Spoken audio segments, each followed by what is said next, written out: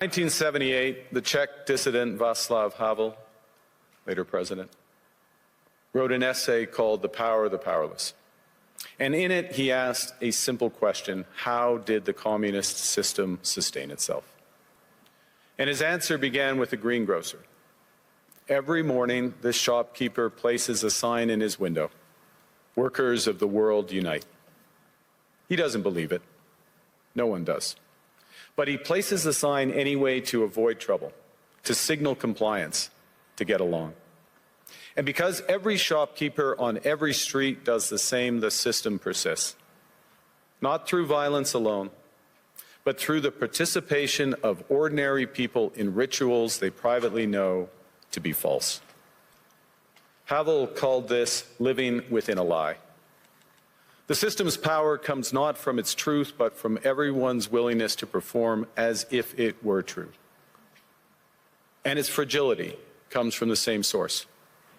When even one person stops performing, when the greengrocer removes his sign, the illusion begins to crack. Friends, it is time for companies and countries to take their signs down. For decades,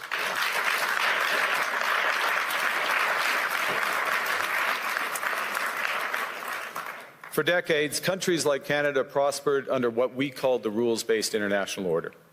We joined its institutions, we praised its principles, we benefited from its predictability. And because of that, we could pursue values-based foreign policies under its protection.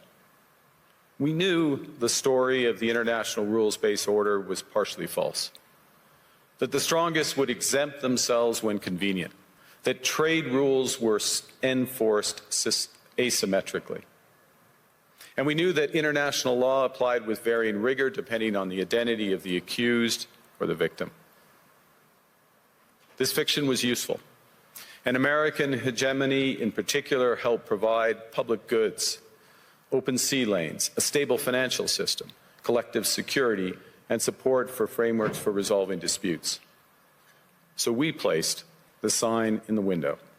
We participated in the rituals, and we largely avoided calling out the gaps between rhetoric and reality. This bargain no longer works. Let me be direct. We are in the midst of a rupture, not a transition. Over the past 2 decades, a series of crises in finance, health, energy, and geopolitics have laid bare the risks of extreme global integration.